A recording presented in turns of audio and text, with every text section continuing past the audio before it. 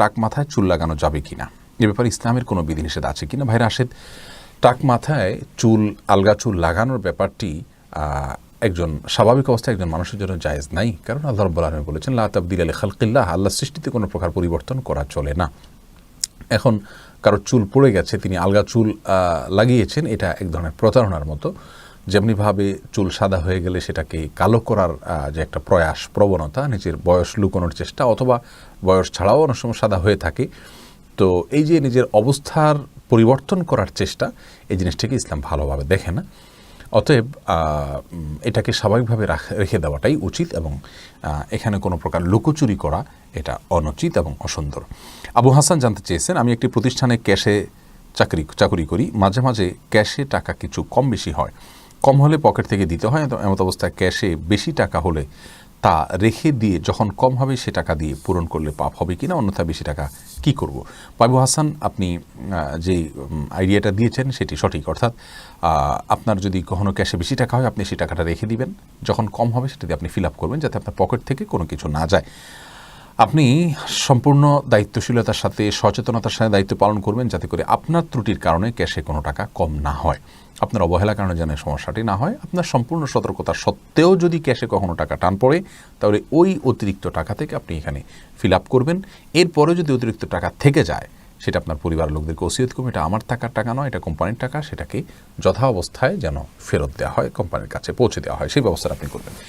মহিবুর রহমান প্রান্ত, আপনি জানতে চেয়েছেন নামাজের ছোট সূরা আগে এবং বড় সূরা পরে পড়া যাবে কি না। ভাই মহিবুর রহমান প্রান্ত, এভাবে নামাজ পড়লে নামাজ হয়ে যাবে। যেমন সূরা ফাতিহা পাঠ করার পর আপনি সূরা কাউসার পাঠ করলেন, এরপরে সূরায় আপনি ফালাক পাঠ করলেন, অথবা শুরুতে আপনি সূরা ইখলাস পাঠ করলেন, এরপরে সূরা ওয়াইলুল লিকুল্লি পড়লেন, তাহলে সেক্ষেত্রে প্রথম রাকাতে ছোট সূরা, বড় রাকাতে বড় সূরা পড়লেন, এভাবে নামাজ পড়লে নামাজ হয়ে যাবে, টেনশনের কোনো কারণ নেই। তবে এইভাবে নামাজ পড়লে নামাজটা সুন্দর হলো না, এটা যথার্থ হলো না, সুন্নাহসম্মত উপায় হলো না। সুন্নাহ হলো প্রথম রাকাত অপেক্ষা দ্বিতীয় রাকাত একটু ছোট হবে, এবং এভাবে আপনার এই পদ্ধতিতে আমাদেরকে সালাত আদায় করতে হবে, এটা হলো সুন্নাহ।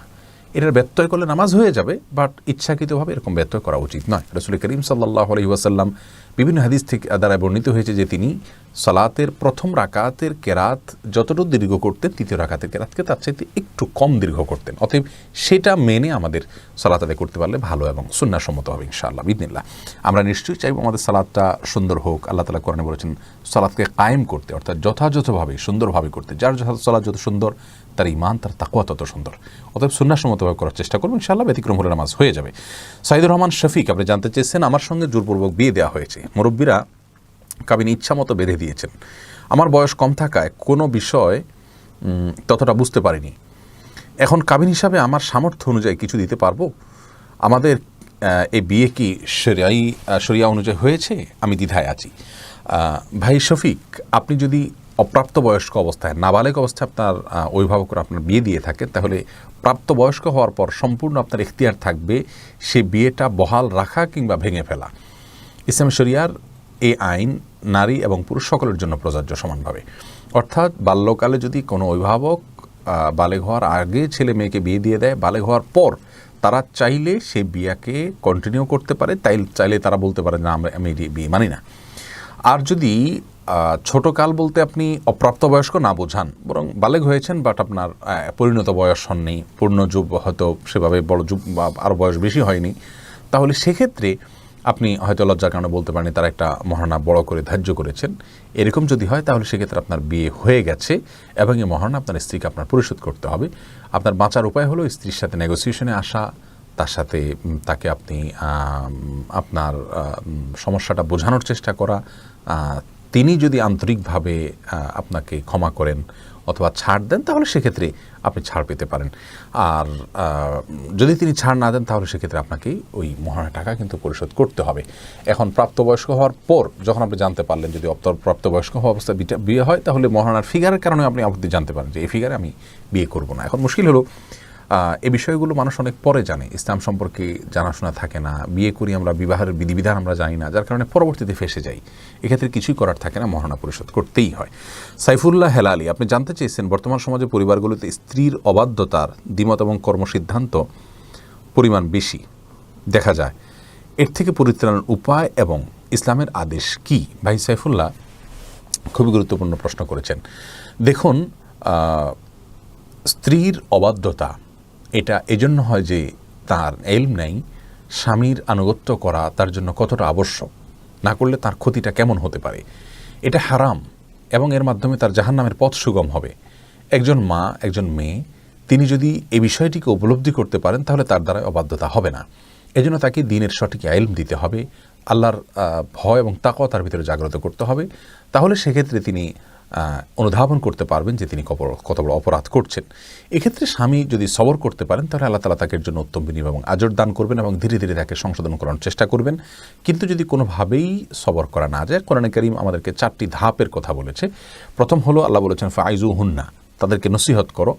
তারা যদি অবাধ্য হয়ে যায়, প্রথম হলো নসিহত করা হবে। এরপর ওয়াহজুরুহুন্না ফিল মাদাজা, তার সঙ্গে বিছানা পৃথক করে ফেলেন, অর্থাৎ অভিমান করুন। 3 নম্বর হলো তাকে আপনি শাসন করুন।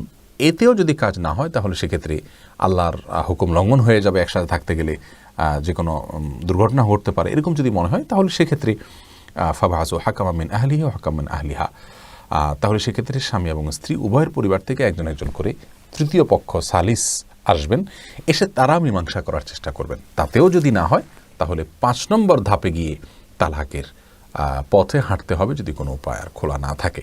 আল্লাহ তাআলা সহজ করুক আপনার বিষয়গুলোকে, এবং আমাদের সমাজে এটা আপনার না হতে পারে, সমাজে ব্যাপকভাবে হতে পারে। সবাইকে সমস্যা থেকে বের হয়ে আসার তৌফিক দান করুন। এবং মা বোনদের আসলে মৌলিকভাবে ধারণা দেওয়া দরকার যে বাহিরে কাজ করা এবং স্বামীর অবাধ্য হওয়া এগুলোর ভিতরে আসলে কল্যাণ নিহিত নেই। এগুলোতে বাহ্যিকভাবে কল্যাণ থাকলেও এগুলোতে বিবিধ এবং সমূহ কল্যাণ আছে। একটা আদর্শ দাম্পত্য জীবন এর মাধ্যমে মানুষ পায় না। এই বিষয়গুলো বোঝানো দরকার এবং কাউন্সেলিং করা দরকার। সাইদ জায়েদ জোনায়েদ আপনি জানতে চেয়েছেন, যাদের অল্প দাড়ি তাদের চাপ দাড়ি উঠানোর জন্য কি ঔষধ ব্যবহার করা যাবে?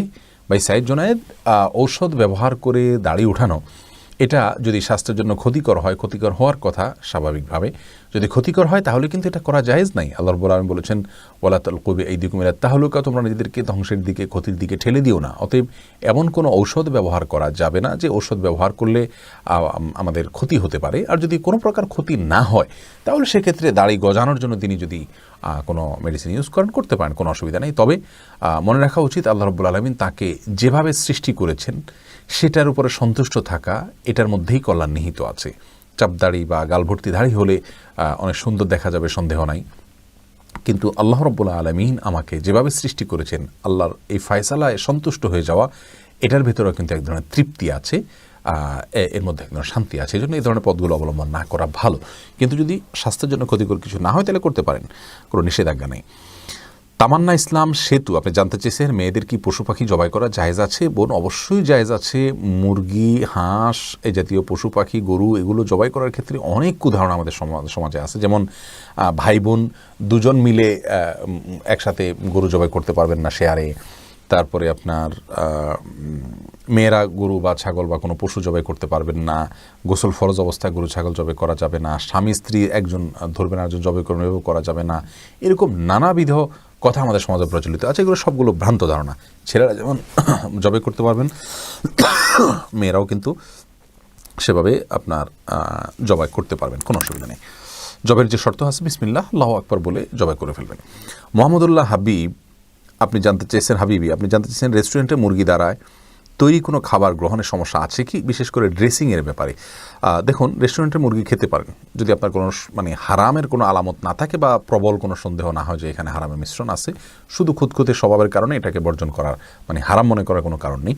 আর ড্রেসিংয়ের বিষয়ে ডক্টর খন্দকার আব্দুল্লাহ জাহাঙ্গীর রহমানুল্লাহর গবেষণা সবচেয়ে আমার কাছে